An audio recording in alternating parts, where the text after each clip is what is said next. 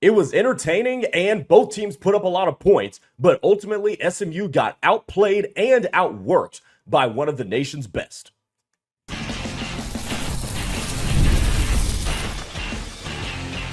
You are Locked On SMU, your daily podcast on the SMU Mustangs, part of the Locked On Podcast Network, your team every day.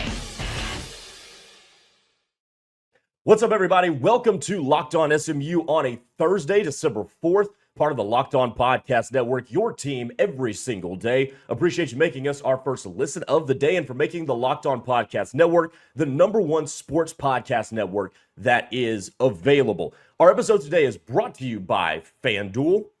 If you want to be in the middle of the action this season, visit FanDuel.com and place your live NFL bets all season long. My name's Grayson Singleton, been covering college football for about 3 years now, and right now covering the Mustangs for Locked On Podcast. Coming up on the show today, SMU got a couple of late arrivals, including a big-time flip to close out the 2026 recruiting cycle. And did SMU overachieve with their high school cycle haul this year? We'll talk about that to close up the show. But let's go ahead and start with the basketball game that occurred last night between two 8-0 teams, Vanderbilt and SMU. And one of the things I have to say is that both of these teams are going to score a lot of points all season long. SMU is going to score a lot of points. Vanderbilt, obviously, is going to score a lot of points. Now, I do also believe that there were a couple of mismatches that went in Vanderbilt's direction. The way that the two lineups work kind of swung in Vandy's direction, and especially at the 5 position. Now, Vanderbilt is not a very huge team, so they play a lot of 5 out, which offensively works better for them, but defensively works better for SMU. And credit both teams' coaches for taking advantage of it, because this was a game where Sam Utu needed to dominate. And he was 7 of 10 from the floor with 8 rebounds. Now, were there some things that I wish he would have taken more dominant advantage of? Sure. There was a layup where he got blocked by a couple of people, but he ultimately put it back in. But there were times where I thought, okay, you got a 6'7", 6'8" dude on you, go dominate, and he didn't. But otherwise, when they were able to get it to him in the post, I thought Gigatolu did some good things. But it's the 5 out that Vanderbilt is able to play and make Igatolu, especially early in the game, guard out in space. And he's just not comfortable doing that. So credit the Commodores for taking advantage of that. But ultimately, I didn't think SMU got out of character. I think SMU just missed a lot of shots. Didn't turn the ball over a whole heck of a lot. 13, probably a little bit more than you want, but it's not an obscene amount. Right. The game shifted in this one when it became a race of who was going to play better in the open floor. And that clearly was Vanderbilt, because Vanderbilt, whenever they got stops, were just beating SMU up and down the floor. And because of it, they were able to generate a lot of easy offense. And that's who won the game. The team that won the game was able to generate the most easy offense. And that was Vanderbilt, because they had an array of open shots, really from after the first couple of media timeouts on, the close of the first half, which I thought was really big. SMU had been hanging around, pulling within 5, pulling within 6, and then making that a 10-point lead at the break for Vanderbilt, 48-38, I thought really was the beginning of the separation of the game, because closing halves in college basketball is critical. You have to close halves. And the way Vanderbilt started closing the half, and then the way they picked it up in the second half with the fact that they got a lot of paint touches. There were a lot of paint touches that led to either finishes at the cup, it led to fouls, or it led to open 3-point shots. And Vanderbilt knocked down his free throws. And again, I haven't dived into all of the numbers quite yet, but whether it was easy offense and then hustle plays, the grimy, gritty plays, Vanderbilt won those. And the Washington kid stood out. Jalen Washington, 8 points, but 6 rebounds and 4 blocks. I mean, he was doing everything. There was one play in the second half, and it didn't result in Vanderbilt possession. But Washington splits 3 SMU defenders to dive on the ground and try to keep the ball from going across the far sideline. And there were 3 other SMU players there, and he was the one that hit the deck. You know, coaches always say, first to the floor. And yet no first to the floor didn't win it, but that just encapsulated pretty much the last 30 minutes of game time, is that SMU on plays like that just got outworked. It was Vanderbilt not having a prolific day shooting, because they didn't. They really didn't have a prolific day shooting the 3 ball like they had been over the course of the season. But they got out and ran.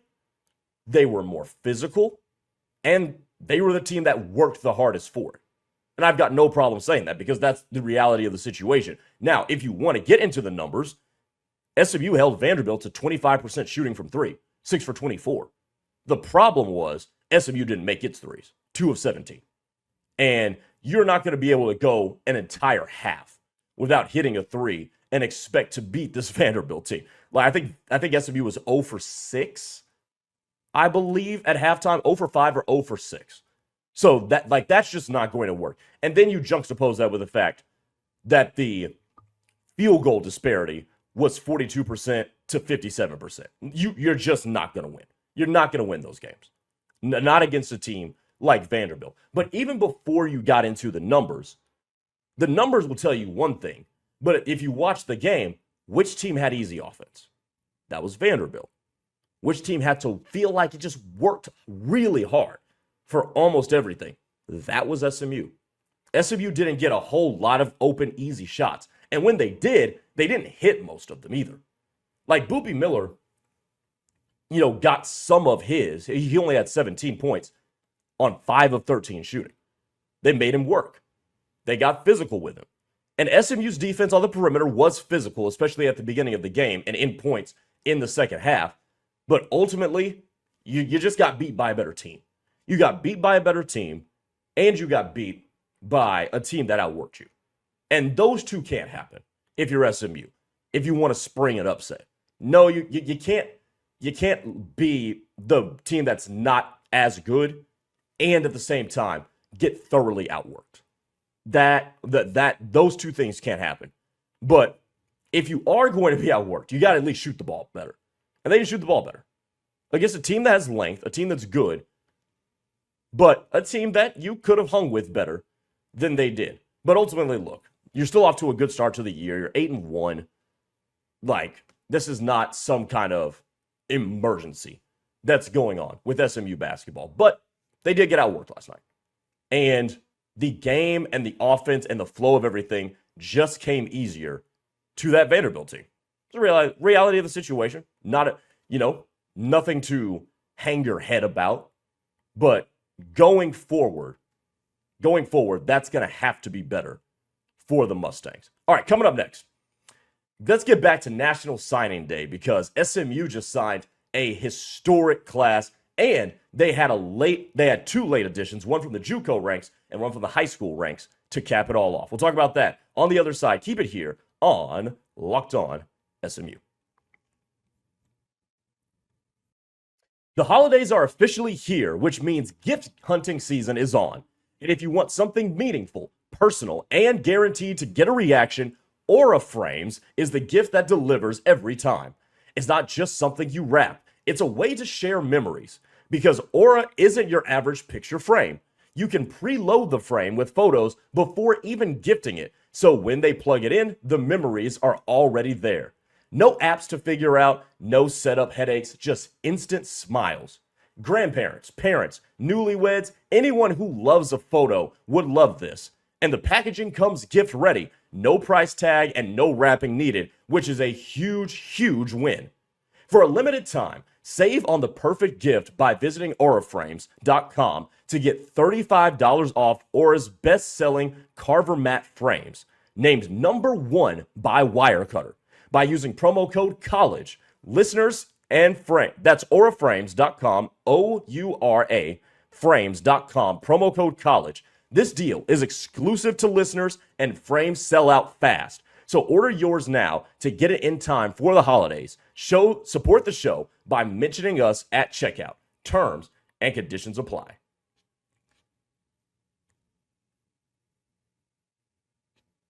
All right, welcome back to Locked On SMU here on the Locked On Podcast Network. Thanks for making us your first listen of the day. I'm Grayson Singleton. And as always, hey, make sure you subscribe to the YouTube channel. For those of you listening on Spotify, Apple Podcasts, or wherever you get your podcasts, we appreciate you as well. Make sure you subscribe there as well, and then make your way over to the YouTube and give us a subscription as well. Okay, we mentioned that signing day was yesterday for the 2026 class. National Signing Day was on Wednesday. And SMU had some late additions to the class that happened after I had recorded yesterday's episode. And they are some big-time names. Now, if you follow along in the recruiting space, these names have been percolating for a couple of weeks. But I want to talk about them in depth and what I see on tape with a couple of these dudes that, by the way, elevated SMU's national ranking to 22nd in the 2026 class. So Rhett Lashley and the staff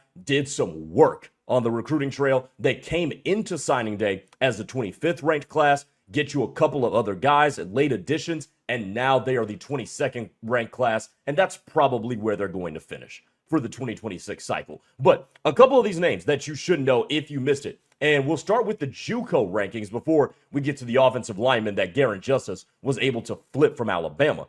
But David Chukwuemeka was the number 3 junior college prospect in the 2026 cycle from King Drew Medical Magnet. That's where he went to high school, but then went to Eastern Los Angeles for junior college. 6'5", 275-pound defensive end. Now, his background is that he was a basketball player, and if you watch the tape, you can kind of see some basketball player type of body movements and traits and whatnot. But a former basketball player converted to a football player because he's massive, right? The tape shows a lot of traits for this guy that would lead you to believe, okay, he could be a really good player. Now, he's going to need some refinement, okay? For one, he still plays too high up. He plays standing up. He's going to have to work on pad level and things of that nature. He also, I think, is going to have to develop a pass rush move that he can get to other than stepping through and trying to beat tackles on the inside. However, that's what he's got to work on, I believe, because he still doesn't really have that one pass rush move that'll allow him to beat power 4 tackles.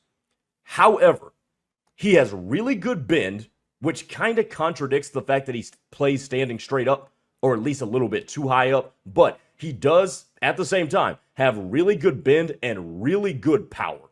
And he is a strong kid. He is a very strong kid. Like, you can see him pushing tackles all over the place. And look, I know a lot of people are going to say, well, isn't this guy just playing JUCO ball? Shouldn't he be pushing people around? And yes, you are correct. That is exactly my point. If you're trying to get to a much higher level, but you're right now playing at this level, you know what I want to see you do? I want to see you dominate, right? You know, people get to different levels with very different paths. Some people play 6A ball. Some people play 2A ball. Okay, you think you're good enough to play 6A ball? All right, dominate the 2A level. And that's what we look at with high school kids. And that's what I'm looking at here, right? Yes, we know you're playing JUCO, but can you dominate? And do you look like you belong somewhere else? And the answer to those two questions are yes and yes. He does look like he belongs on a Power 4 field, and he does dominate where he is right now.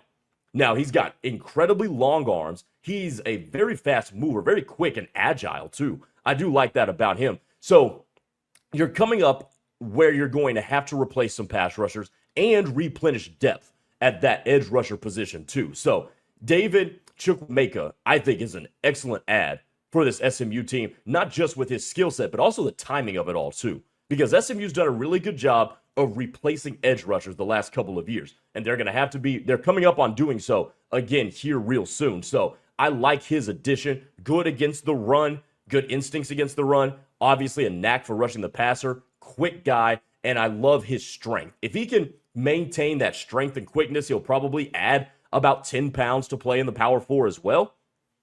He maintains that agility. He can be a nice player for SMU. I think he could be a really, really serviceable player, even at the P4 level. The second late addition to the class, Samuelu, we're going to call him Sam after this initial reference, Samuelu Utu, out of Orange Lutheran High School in Orange, California, was previously committed to Alabama, backed off of that commitment in the last couple of days, and there's been a lot of steam that has been gained with SMU potentially pulling off the flip for this kid. Well, on signing day, SMU did pull off the flip for Sam Utu, and the 4-star offensive lineman is now in the Mustangs class. Now, you notice I say offensive lineman and don't specify where along the O-line he's playing. He is going to play. That part is true because Sam Utu can play either tackle or guard. He is excellent at both. Now, I'm going to preface this sentence by saying this. I am fully aware that what I'm about to say, you could go find on any recruiting site. But I challenge you, watch the tape and see if you will describe this kid any different than how I do. He has the length to play tackle. He has the length and quickness and speed to play tackle. He has the power to play guard. He can do either one. Now, again, I encourage you, go watch the tape and see if you see anything different. All right?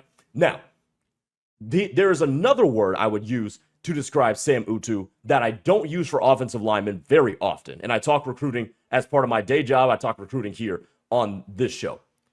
He is explosive.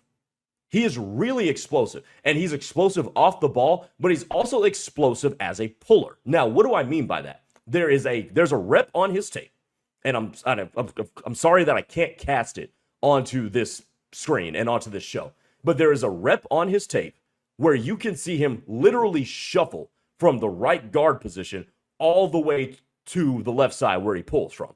And he just is on the balls of his feet, exploding off the balls of his feet into the hole, and the running backs has the hole the size of a Mack truck to run through. That's Sam Utu. Very quick, very fast for an offensive lineman, and he has some crazy power and leg drive. You love his technique, whether it's with his hands or with his legs, how he drives through. He is a very polished offensive lineman. Right. Now, am I saying he's going to be ready to play at the P4 level right off the bat as soon as he gets to campus? No, not necessarily. But if he's pressed into action, size will not be a factor for him detrimentally. He's 6'5", 330 pounds. He has a college-ready made body. So he's good to go from that instance. Now, all of a sudden, it's going to be, all right, when do we throw him out there on the field so he can start getting reps in live action against college players? But Sam Utu, a guy that Alabama really thought was going to be in their class, nope. He's in SMU's class. Rivals Industry Ranking has him as a 4-star. ESPN has him as a 4-star. He's the number 29 player coming out of California, the number 27 interior offensive lineman in the entire class. Really good get for SMU. So the Mustangs pull off a couple of 11-hour commitments. David Chukwuemeka, the defensive end out of East Los Angeles College, JUCO guy, number 3 JUCO prospect in the entire cycle. And then Sam Utu, the 4-star offensive lineman from Orange, California, who they flipped from Alabama. Big time stuff from Rhett Lashley and the rest of the staff. Hey, coming up next, as we finish the show on a Thursday, is SMU overachieving in the recruiting cycle of 2026? Find out next on Locked On SMU. NFL Sundays move fast. One big play and suddenly everything feels different. That's what makes live betting with FanDuel so exciting. You're not just watching the game, you're reacting to it in real time with some dollars on the line. With FanDuel, you can place bets on the action as it unfolds. Every drive, every momentum swing, and every highlight moment, you can be involved. Live betting is best when the game starts to shift. A receiver gets hot, a defense tightens up, or the momentum flips after a turnover. FanDuel lets you jump in at any moment. Live spreads and money lines adjust instantly. Player props update as your guys heat up. And you can bet next touchdown scores, drive results, totals, and more. It keeps you locked in to every snap, every drive, and every possibility. So if you want to be right in the middle of the action this season, visit FanDuel.com and place your NFL live bets all season long. FanDuel, the game moves fast, and now so can you. All right, final segment on this Thursday edition of Locked On SMU. Appreciate all of you guys hanging out with me today. Okay, I found an ESPN article post-signing day, and it was 2026 college football recruiting early signing day takeaways. And you have to go down just a little bit, and you'll find the SMU portion of this article. It was done by the ESPN newsroom that covers recruiting. So we get down to SMU, 21 commits, 6 4-stars in the class, according to ESPN. And here's the blurb that I want to focus on. SMU is now running with the big dogs, not only on the field, but in recruiting circles as well. The Mustangs have added several offensive linemen, none bigger than Sam Utu, an ESPN 300 player with tackle athleticism and guard power. The Mustangs also picked up Evan Goodwin, a massive presence at 6'7", 320 pounds, and in-state guard Drew Evers, a thickly built and strong blocker who can latch on and control defenders. Rhett Lashley, whose name they spelled wrong, knows the trenches are going to elevate the program. SMU is under the header of which teams have overachieved. And I'm going to be real with you. I don't think they've overachieved. I don't think this is overachieving. I think this is what should be the expectation at SMU now, right? Particularly because of the location you're in. Again, you're in Dallas, which has and harbors a lot of college football P4 talent.